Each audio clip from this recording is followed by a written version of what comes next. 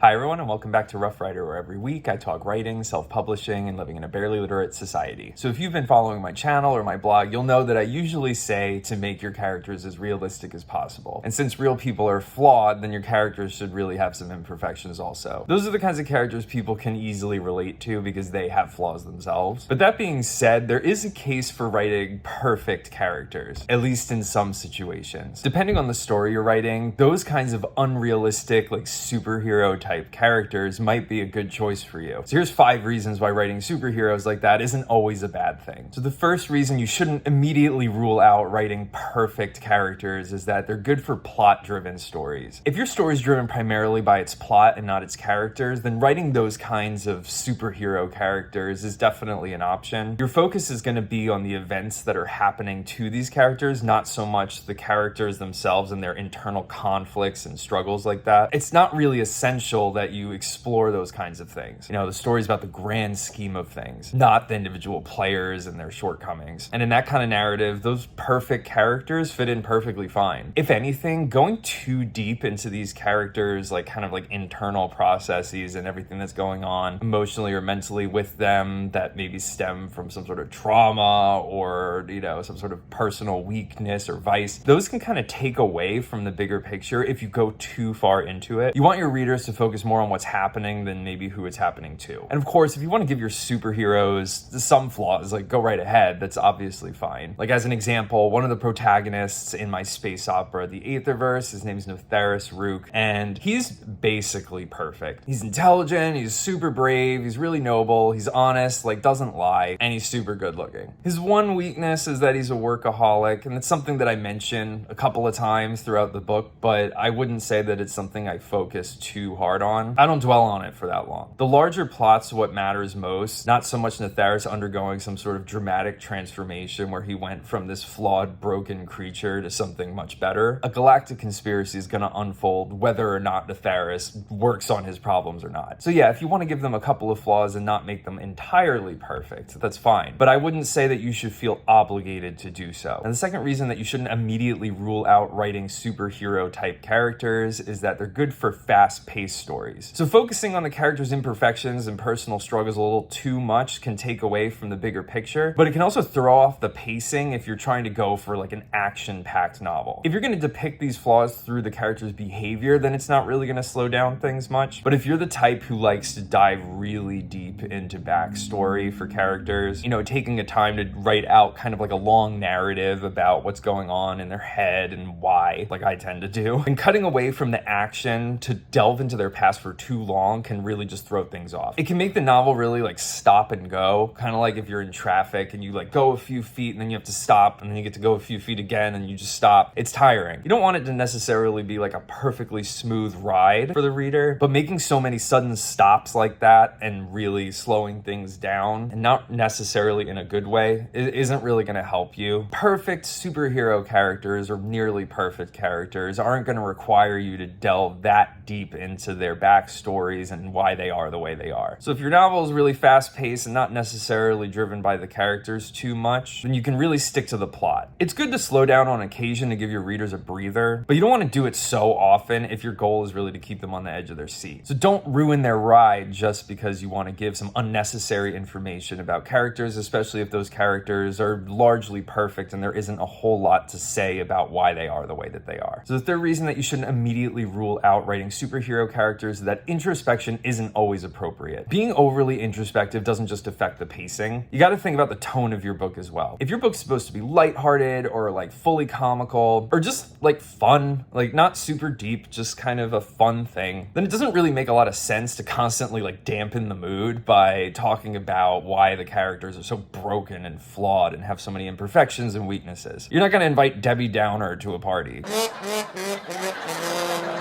So if you're writing a fully upbeat, just very lively and just a fun story, then it doesn't make a whole lot of sense to incorporate very broken characters into it. A more perfect character will fit a little bit better in my opinion. And I mean, don't get me wrong, an introspective story can still have humorous elements to it and can still be fun. My coming of age novel, Devils in Sunday Hats, is way more introspective than my sci-fi novel, The Aetherverse is. The characters are really imperfect. They have a lot going on internally. There's a lot of conflict and struggle struggle with them emotionally, but I still threw in humor when it was appropriate. I didn't want it to be like a complete downer of a book. But if I had wanted that novel to have a tone that was just completely fun, just good old-fashioned fun, you don't have to do too much thinking, it's just something to enjoy for entertainment, then it wouldn't have made sense to write the characters that way. It wouldn't fit to have so much introspection and self-reflection. So if you want your readers to just purely have a good time, then there really isn't any reason to paint your characters as anything other than entertaining. So you want them to be fun to watch, and it's not really that fun to watch someone wrestle with their personal demons. Now, the next reason you shouldn't immediately rule out writing superhero characters is that people want heroes to look up to. Everyone knows that life's not fair and people aren't perfect. I don't think anyone's going to argue against that. But that's the reason that people like superheroes so much. Those are the kinds of people that we could never be. They're the best versions of ourselves. They have our positive qualities with very few or none of the negatives. And obviously, this is an unrealistic standard to set. They're an ideal, but ideals exist for a reason. They're not necessarily meant to be attainable, but they're something to be striving towards. And even if your reader could never attain that kind of perfection, there's no reason that your characters can't. I don't really know why, but it seems like things in the past that had almost perfect characters, mostly perfect characters, like Star Wars, good example. Luke has a couple of little struggles internally with dealing with Darth Vader as his father and being impatient with becoming a Jedi and his training being slow at the beginning with Yoda. But otherwise, he's great. Like, he's unbeatable. Leia has almost no imperfections at all. She's just kind of like this badass princess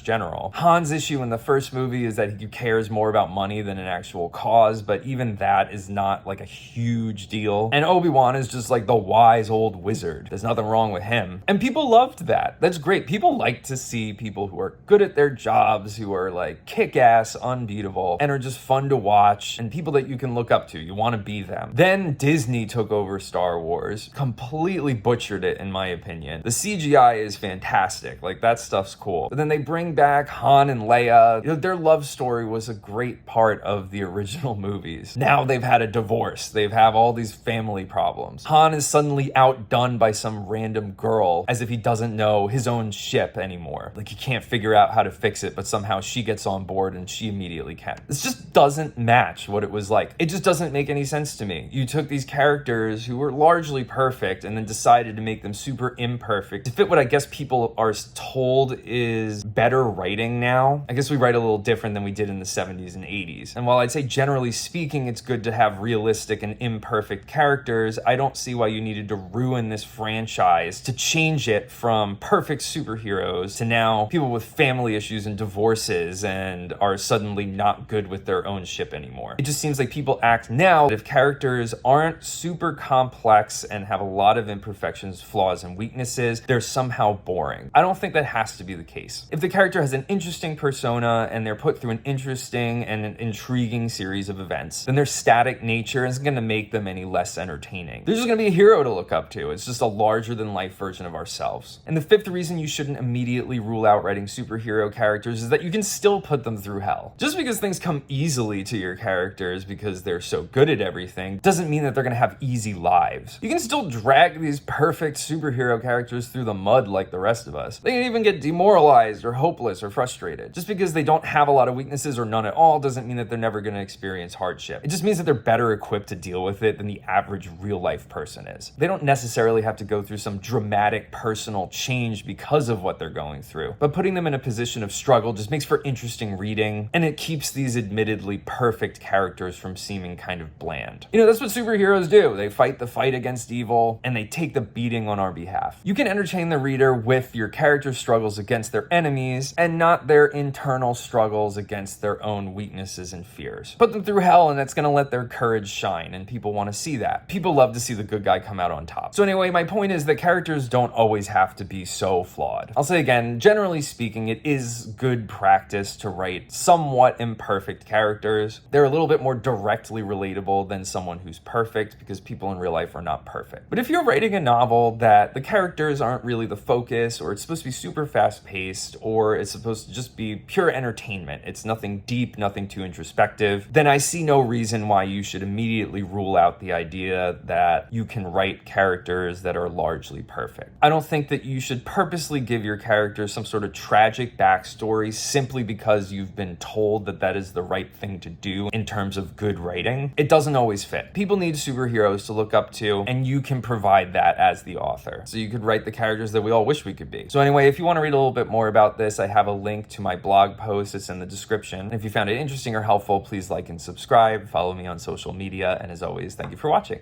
God bless.